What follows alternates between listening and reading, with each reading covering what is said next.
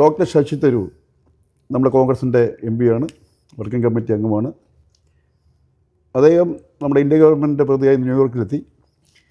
ദേശീയമായി ബന്ധപ്പെട്ട കാര്യമാണെങ്കിലും ശശി തരൂർ ഇപ്പോൾ എടുക്കുന്ന ഈ സ്വയം നിലപാടുകൾ നമ്മുടെ പാർട്ടിയെ അലസോരപ്പെടുന്നുണ്ട്, പ്രത്യേകിച്ച് അദ്ദേഹം ഒരു വർക്കിംഗ് കമ്മിറ്റി അംഗമായിരിക്കുന്ന സ്ഥിതിക്ക്. ശശി തരൂർ എൻ്റെ അടുത്ത സുഹൃത്താണ്. അദ്ദേഹം 4 തവണ പാർലമെൻറ്റിൽ തിരുവനന്തപുരത്ത് നിന്ന് കോൺഗ്രസിനെ പ്രതിനിധീകരിച്ച് പ്രവർത്തിച്ചു വരികയാണ്. അദ്ദേഹം വലിയ കഴിവുള്ള ഒരു വ്യക്തിയാണ്.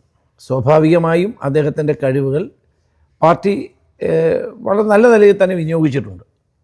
അദ്ദേഹം ആദ്യമായി പാർലമെൻറ്റിൽ വന്ന സന്ദർഭത്തിൽ തന്നെ നമ്മുടെ ഗവൺമെൻറ്റിൽ അദ്ദേഹം മന്ത്രിയായി. അത് കഴിഞ്ഞ് നമ്മുടെ കോൺഗ്രസ്സിന് കിട്ടിയിട്ടുള്ള സ്റ്റാൻഡിംഗ് കമ്മിറ്റിയിൽ എല്ലാ തവണയും അദ്ദേഹം സ്റ്റാൻഡിംഗ് കമ്മിറ്റി അധ്യക്ഷന്മാരായിരിക്കും. അങ്ങ് 4 നമുക്ക് കിട്ടുള്ളൂ. അപ്പോൾ അത്രയധികം പ്രാധാന്യം കോൺഗ്രസ് പ്രസിഡന്റ് സ്ഥാനത്തേക്ക് അദ്ദേഹം മത്സരിച്ചു. അദ്ദേഹത്തെ വർക്കിംഗ് കമ്മിറ്റിയിലേക്ക് കോൺഗ്രസ് എടുത്തു. അപ്പോൾ പാർട്ടി അദ്ദേഹത്തിന് എല്ലാവിധ പരിഗണനയും നൽകി വരുന്നുണ്ട്. അത് നല്ല പാർട്ടിയുടെ അഭ്യുന്നതിക്കും നാടിനും അനിവാര്യമാണ് എന്ന് കണ്ടുകൊണ്ട് തന്നെയാണ്.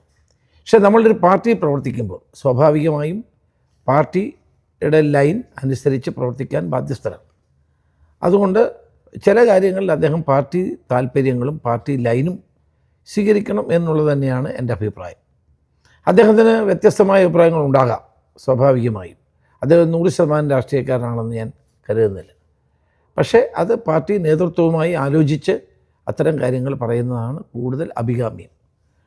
പക്ഷേ ശശി തരൂർ എന്നും കോൺഗ്രസിനോടൊപ്പം നിൽക്കണമെന്നും കോൺഗ്രസ് പാർട്ടിക്കും പാർട്ടി പ്രവർത്തനങ്ങൾക്കും അദ്ദേഹത്തിൻ്റെ സഹായങ്ങൾ ഉണ്ടാകണമെന്നും തന്നെയാണ് എൻ്റെ അഭിപ്രായം. എനിക്ക് വളരെ ഇഷ്ടമുള്ള ഒരു രാഷ്ട്രീയ നേതാവാണ് അദ്ദേഹം. നമ്മുടെ നിലമ്പൂരിലെ തെരഞ്ഞെടുപ്പ് പ്രഖ്യാപിച്ചു. ആര്യാടൻ ഷൗക്കത്താണ് കോൺഗ്രസിൻ്റെ സ്ഥാനാർത്ഥി. പക്ഷേ അവിടെ PV അൻവറിൻ്റെ ഇപ്പോഴത്തെ നിലപാടുകൾ അത് കോൺഗ്രസിൻ്റെ വിജയസാധ്യത ഏതെങ്കിലും രീതിയിൽ ബാധിക്കുമോ?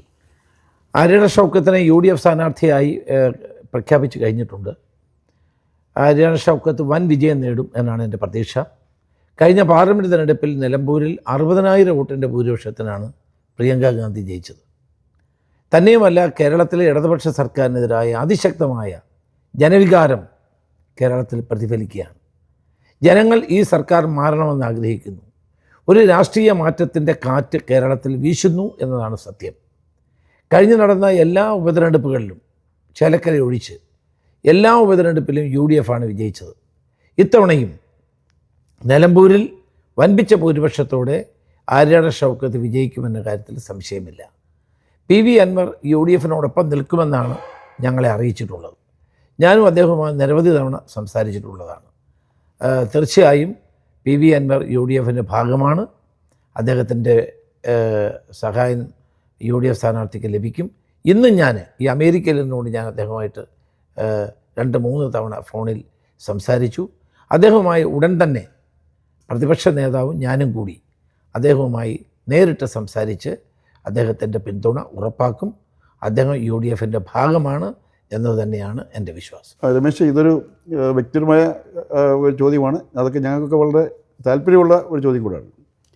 അങ്ങയുടെ അടുത്ത അമേരിക്കൻ സന്ദർശനം ഞങ്ങളെല്ലാം ആഗ്രഹിക്കുന്ന അങ്ങ് ഒരു മുഖ്യമന്ത്രിയായി വരണമെന്നാണ്. ആ ആഗ്രഹം അങ്ങനെ സാധിച്ചു തരൂ. ഞാൻ അമേരിക്കയിൽ വരുന്നത് അത് ആദ്യമായിട്ടല്ല. വളരെ കാലം ഞാൻ പല MP ആയിട്ടും MLA ആയിട്ടും മന്ത്രിയായിട്ടും ഒക്കെ വന്നിട്ടുണ്ട്. നാളെ ഞാൻ എന്താണ് തീരുമാനിക്കേണ്ടത് എൻ്റെ പാർട്ടിയാണ്. പാർട്ടിയും ജനങ്ങളുമാണ്. അതെന്ത് തീരുമാനിച്ചാലും അതിനെ അംഗീകരിക്കുന്ന ഒരു പൊതുപ്രവർത്തകനാണ് ഞാൻ.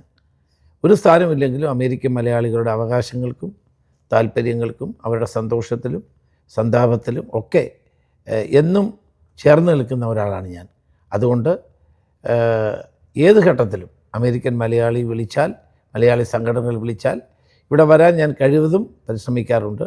നാളെയും അത് തന്നെ ഉണ്ടാകും എന്നാണ് എൻ്റെ അഭിപ്രായം. Thank you Ramesh. വളരെ നന്ദി. Thank you.